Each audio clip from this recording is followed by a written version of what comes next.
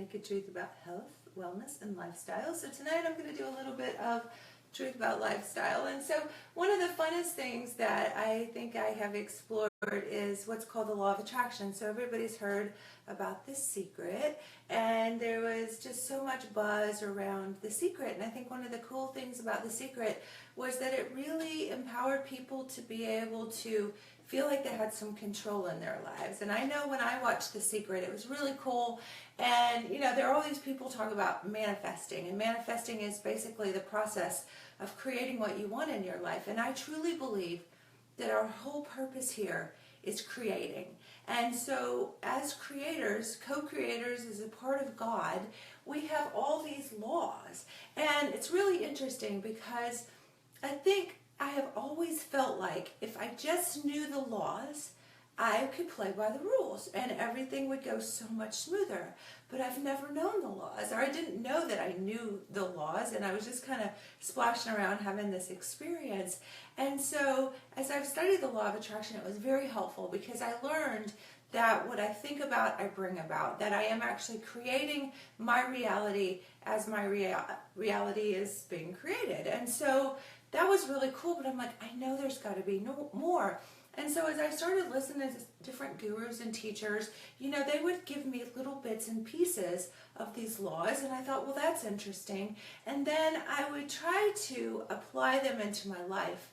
And I don't know that I was really seeing the applicability in my life. And it was like one day I would have a really good day. Like I would have a really awesome day at work. Like it seemed like the universe or God was just sending me all these amazing people to work with no limitations, no limiting beliefs, you know, no abundance limitations mindset. And it was just, the flow was awesome. And they really wanted what I had to offer, and it just felt really good. And then some days it felt like literally climbing and clawing up the wall to try to convince people that what I do is really awesome. And those days just felt terrible. And I would just ask my husband, you know, what did I do different to attract the people that were this way one day? And what did I do that I attracted the really awesome people the next day?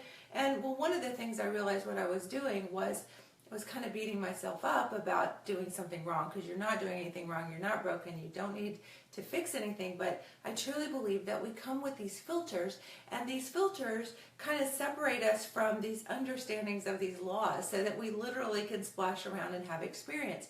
So why do we need to have the experience? We need the experience for the expansion.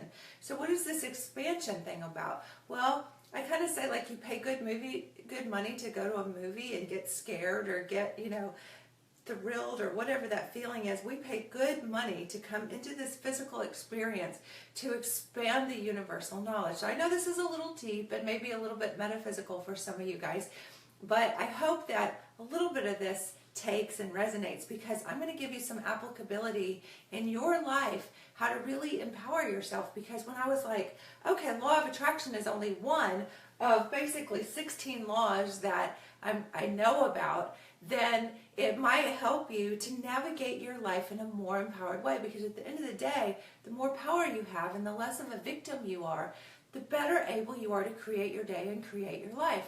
So I have a video series on YouTube at Better Living RX, a YouTube channel, and it's called the Dr. Tammy's Life Flip. And I talk about the stages of moving from being a victim to a very empowered, expanded human being. And so I want to tell you about these laws, and I'm going to go through them kind of quickly. I'm not going to expand on them a whole lot.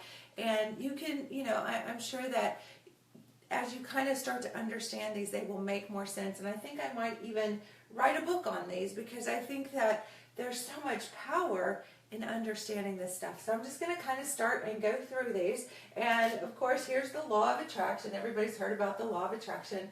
Number 7 on the list. But I'm going to just kind of start down the list. So number 1 is divine oneness. We are all connected. We're connected to each other. So if you're mean to someone else or you flip them off on the road, you are basically flipping off an extension of you. If you're being unkind to someone, you're basically being unkind to a part of yourself, which is a part of God, which we are all connected. Even the Bible says, ye are gods.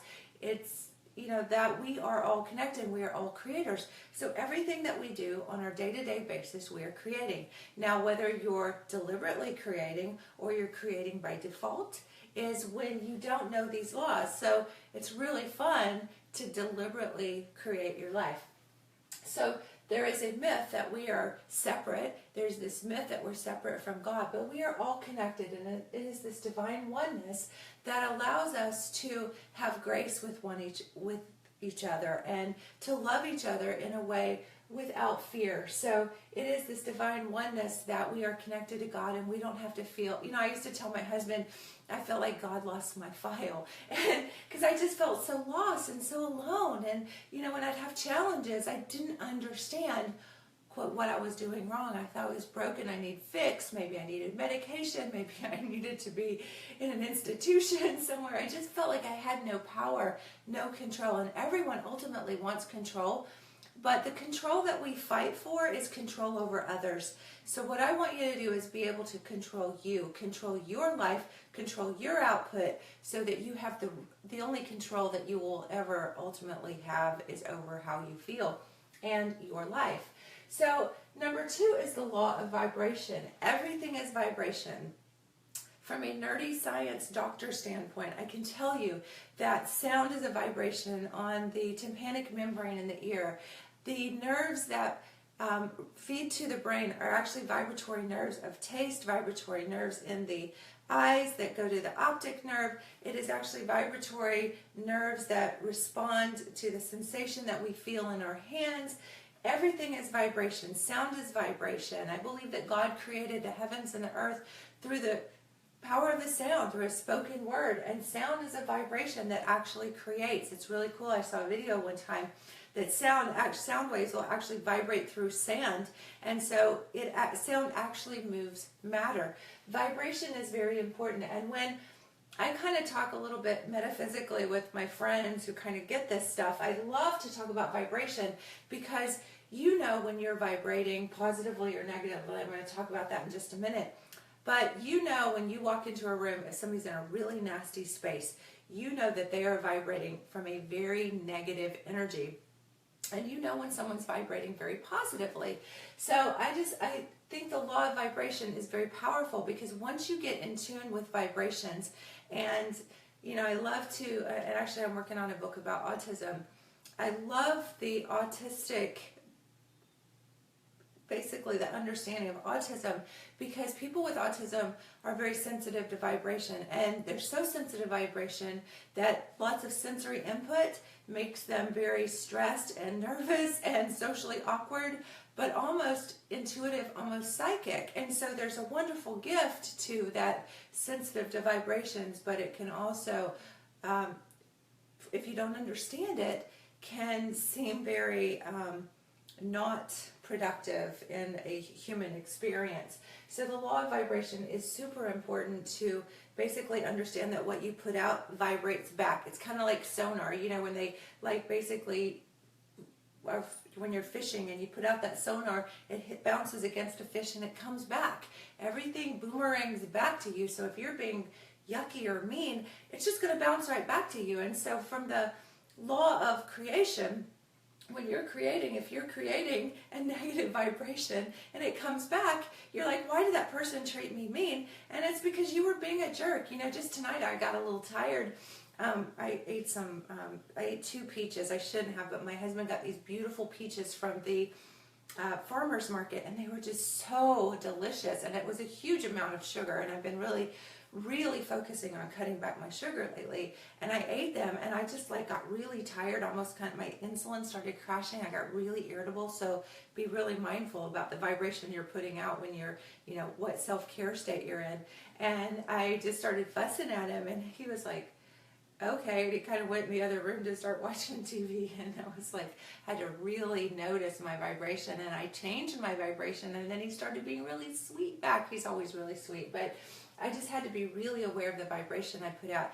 When I go see my mom, who is in assisted living with dementia, if I'm in a bad vibration, if I'm stressed or I've had a bad day, that is not the day that I want to try to go interact with her, because she's so childlike. It's like with that dementia brain, very sensitive to vibration. And children are like that too. So if you work around children or you have children, you know, if you come home in a bad mood, that's when they're always going to be misbehaving, because that's, you come in with this nasty vibration and they just soak it up and like give it right back to you. So law of vibration, very important. Law of action. Now this is an interesting one. I'm going to make sure my video is going. Hello, yes, cool. And I can't see your comments right now because I have to flip it so you can see my writing, and I know my writing's really small because I wanted to fit all this in. So I'm sorry, I'll look at your comments later and respond, I promise. But the law of action, this is an interesting one because we believe that our manifestations, our doing, comes through action. And this was a tough one for me, and I just realized this not too long ago, that it is not through action that you create. And you're like, what? If I didn't go to work, I wouldn't make money, and if I didn't make money, I'd lose my house. So here's what it is. The law of action comes through inspiration.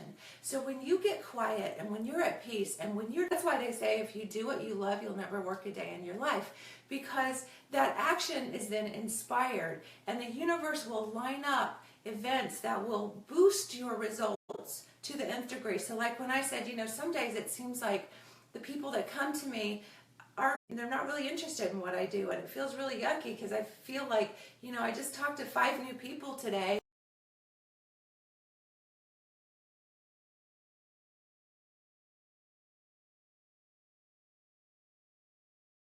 Sales, and I'd be like, you need this, you need to get your hormones balanced, you're gonna die if you don't get your diabetes under control, you know, you're just going along in this medical system, and you know, and so I get really kind of into that action, and it's like, no, I have to relax, I have to play my guitar, I have to meditate, I have to be in a good space so that I can be in a vibration to attract the people who like what I do, who think that hormone balance is beautiful and wonderful, and you know, people who want to change the way they eat and the way they think, and you know, how they're living their lives. And so people are open to that, who want coaching. Those are the people that I want to pull in, but that's not through action. That is through inspiration. So it shouldn't really be the law of action. Actually, I think it should be the law of inspiration, because through that, when you are so inspired, you can't help but take action. And when you take action through inspiration, it is a beautiful thing. But when you take action through sheer willpower, I hate the word willpower because willpower never works. And when you are forcing yourself to do something and you're trying to get through something with sheer willpower, never works, because it is paddling upstream. So when you actually take inspiration into account, then you can relax, and then you can wait for the universe to deliver all the really cool things that it has. The law of correspondence. This is, my understanding of this is that we are spiritual beings having this physical experience, right? We pay good money to come into these human forms, to splash around, to know contrast, to know what we don't want so we know what we do want, and we get to have this physical experience, this visceral, tactile, vibratory experience. But we forget it's all vibration, and we think it's just this, you know, flesh and bone, but we are actually vibrating, and there are molecules on, when we look under an electron microscope, there's more space than there's actually matter. And so it's really interesting the way we think things are. But this law of correspondence is that we are spiritual beings corresponding with physical beings, corresponding with our spiritual self, connected to God, connected to all, that has all-knowing. And you know, really the truth is kind of like Dorothy's slippers. You always know the way home. You're not broken. You don't need fixed. We all have all the answers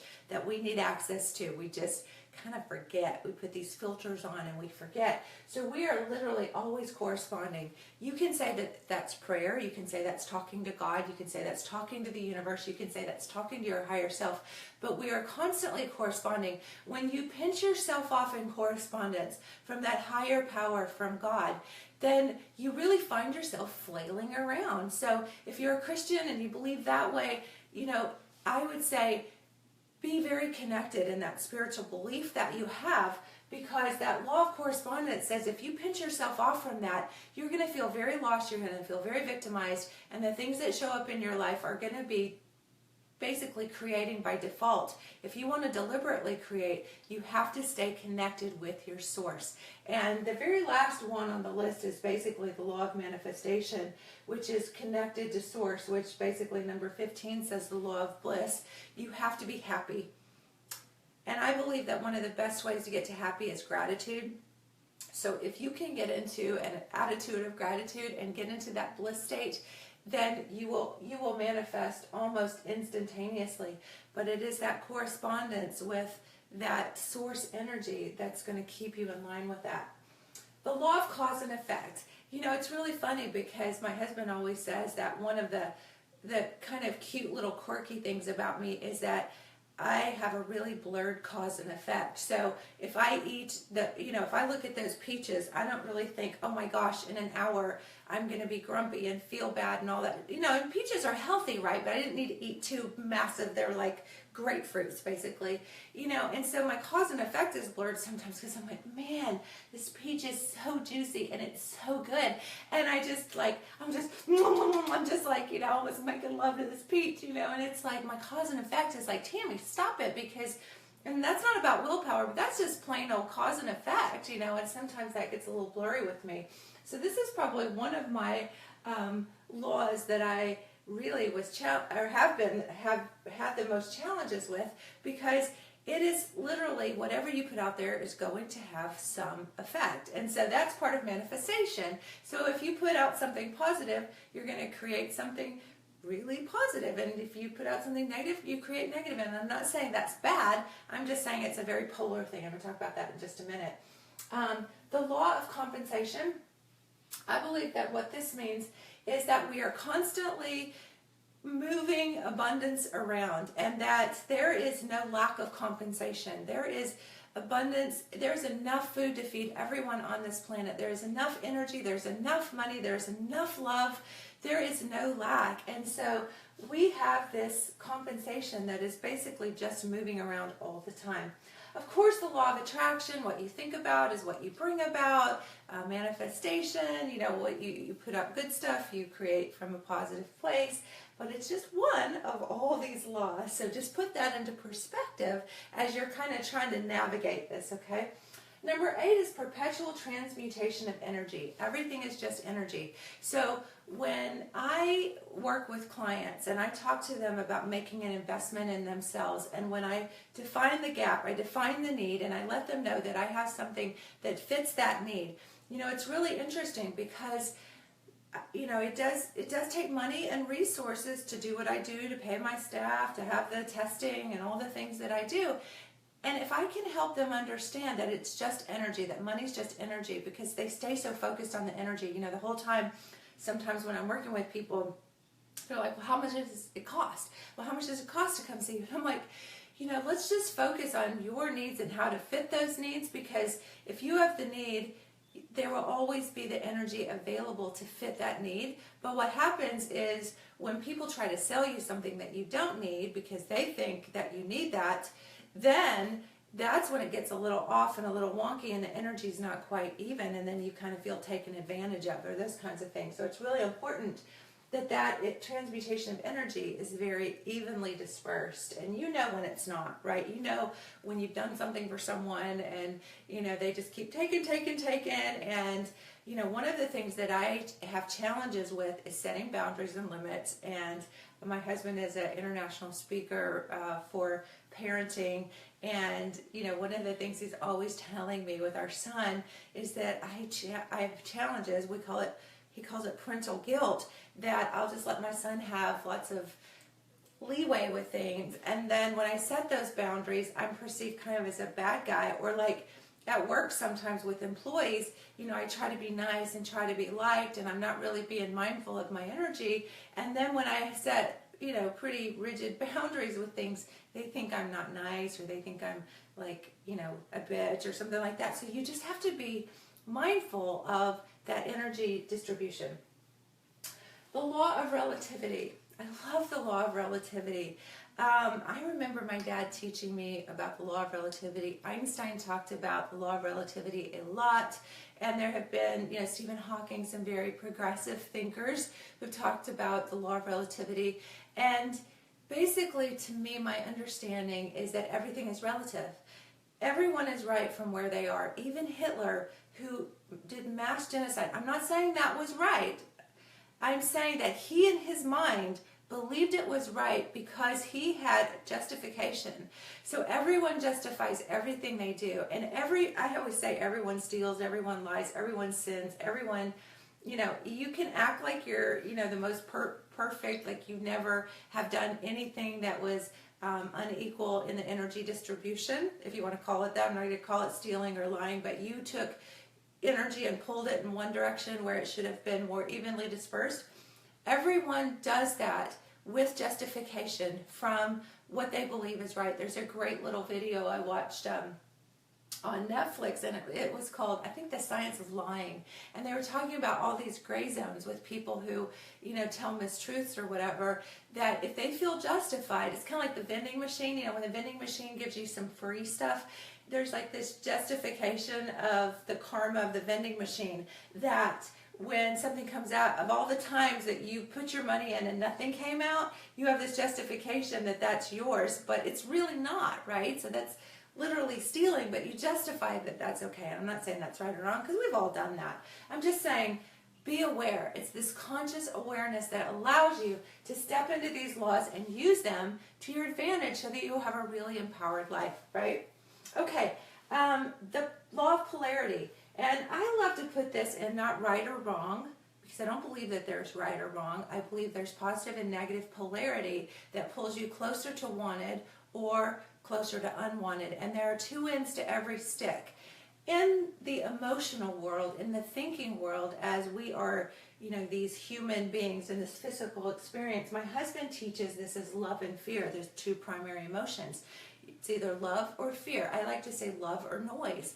If it's not loving, then it's on the other end of the pole, and it's going to attract very different things than love is going to attract. Fear is going to attract really maybe some unwanted things for you. So just be aware of the polarity of everything. I talk about assume positive intent, or API, all the time. And when you assume positive intent in someone, you are putting out a polarity of love. And so you're going to, law of attraction, you're going to pull that back, right? So if you are always assuming that love is everywhere, you are looking for the positive end of the stick. Because I'll tell you, it's my experience that there is a positive and a negative polarity on every experience. You can find the negative in anything if you look for it. I have people that come to me and they don't feel good, and they're like, I know something's really wrong, and if I look long enough, I'll find something wrong with them, right? But if they come to me and they're like, I just want to feel better, and I can help them through a pathway, and we stop focusing on some terrible disease that's going to kill them, our focus shifts and we really start moving into a different realm.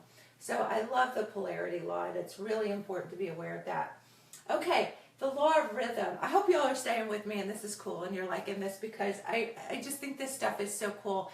And like I say, I probably need to write a book. Somebody's probably already written a book on all this stuff, and I probably need to find that book.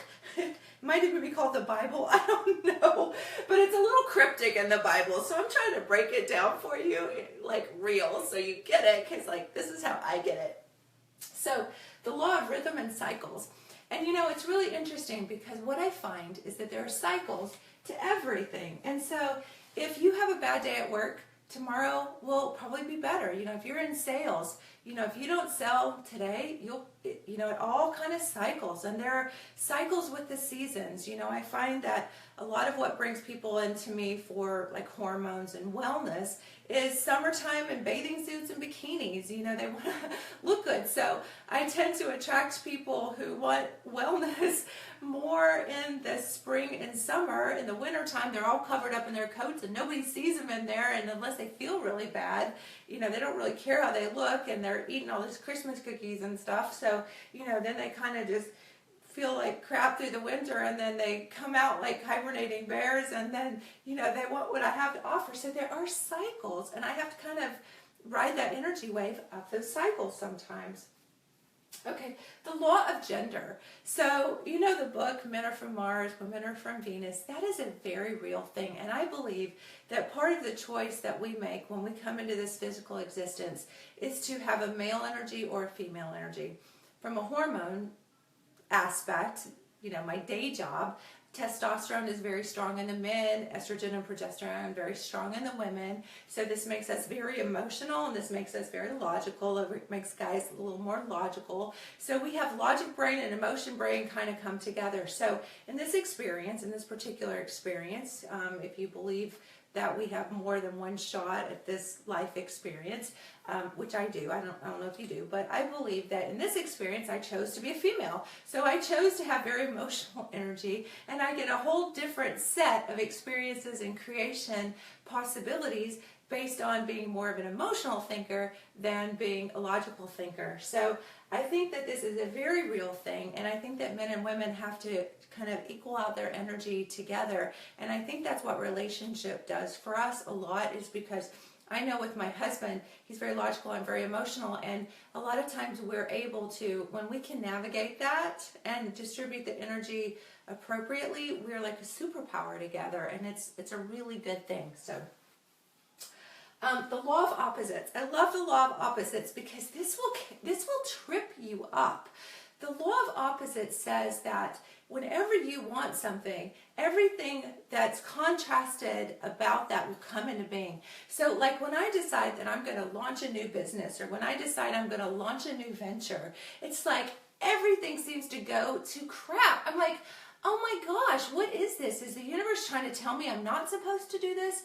Well, the law of opposites is, okay, this is a little crazy, but it is the opposite of that. When that stuff shows up, that's actually telling you that is exactly what you should be doing. So when that contrast shows up and when things don't quite work out right, that's how you are aligning your creation, kind of molding your creation. If you were making an ice sculpture, chiseling away, and you see this big block over here, you chisel that away, and you don't judge that block over there as bad.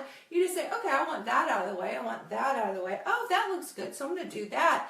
So instead of just stepping into that and moving the energy around, we want to judge it as bad, and we want to judge it as, oh my gosh, maybe I'm not supposed to do this. And, from a perspective of when we look at, quote, successful people, what we see is that they are able to have pervasiveness. They are, they just stay the course. They are persistent.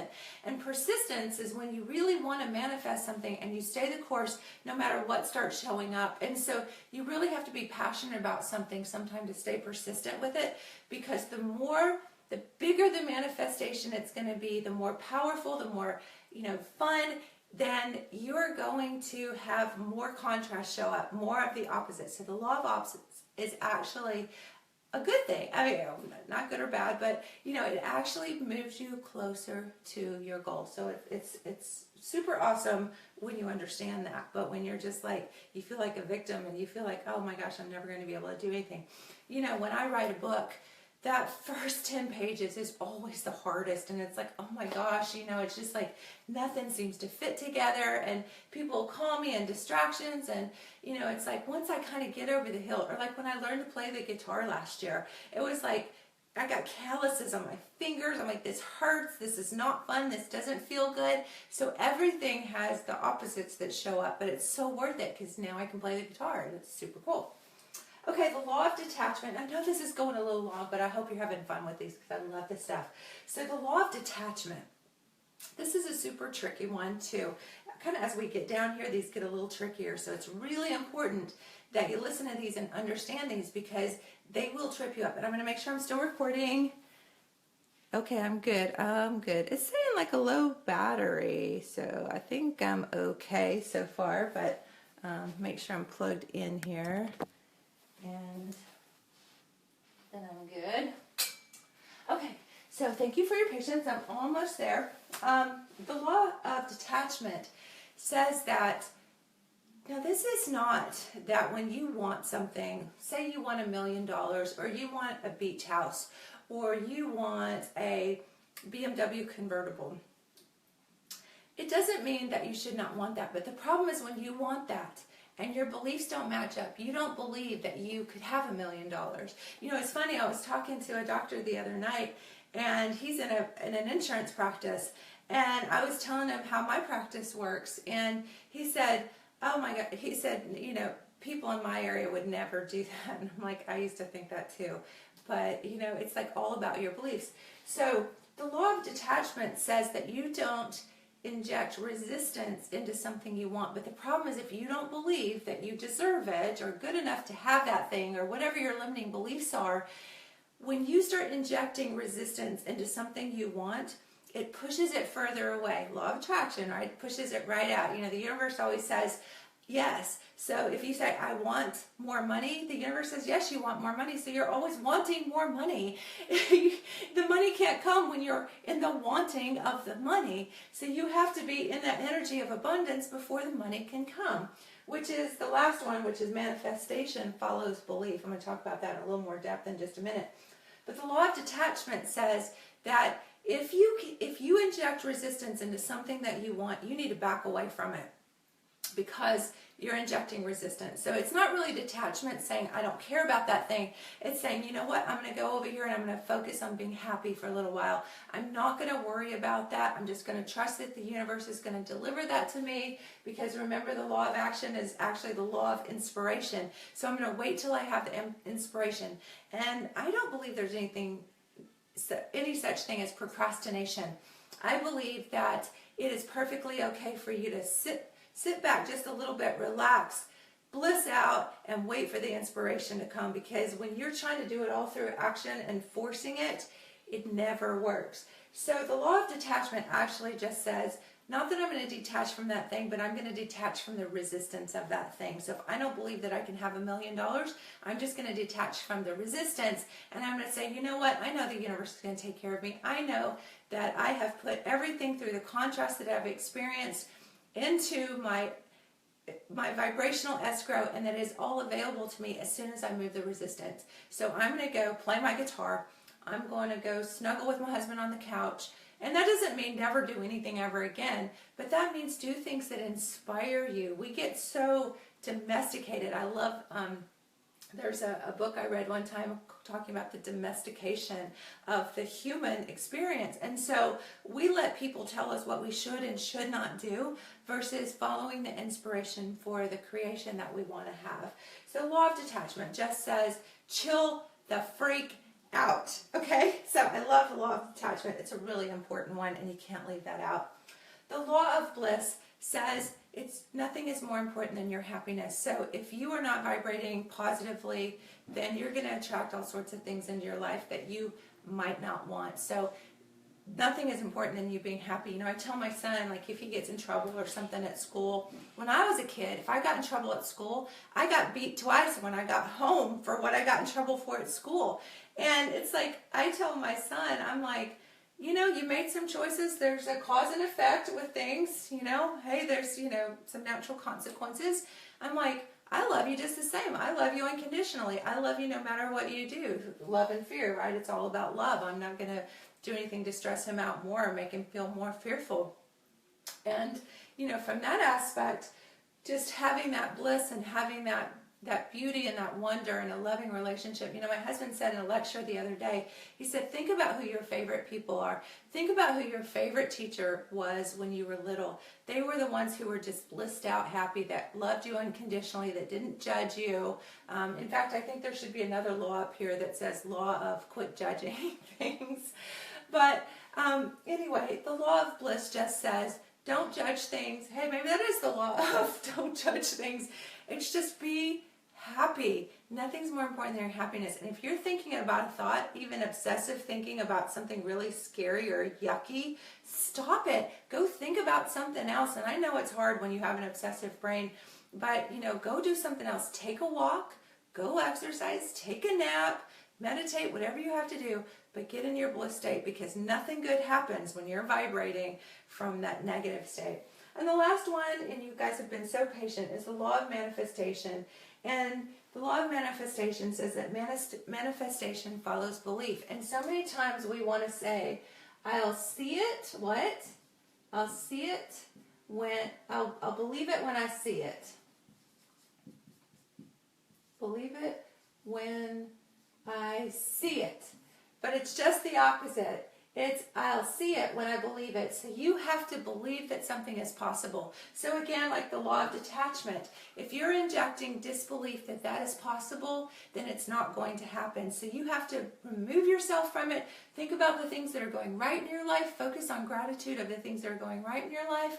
Remove yourself, detach yourself from that thing, and then that thing can come in. But you have to believe it's possible before it shows up. But so many times we wait for the manifestation to decide how we're going to feel about it. And that is really creating by default. It is not actively, deliberately creating. So if you want to actively, deliberately create a life that you love, these are the laws of the universe. And I am no guru, but I think that these are very, very applicable. And I wish someone a long time ago had said, this is the way it works. Just like gravity, just like any other law that we have to play by in our physicality, these are the laws of our spiritual manifestation here. So I love you all very much. I hope this was helpful. If you've stayed this long, gosh, this is a really long video tonight, and I'm in a little new space with all these lights and stuff, so it's really warm. So if you've stayed this long, please click the share button. Don't forget the share button, and show some love, and give me some comments and some feedback, and tell me if you enjoy these things or the things that you enjoy the most, and I'll try to share more of those things. I usually do science or hormones or health. So whatever you guys are interested in, let me know, and I love to do these topics for you. Okay, I do these videos every day for free. I just want to help you, empower you, and help you deliberately create the best life possible. All right, see you tomorrow.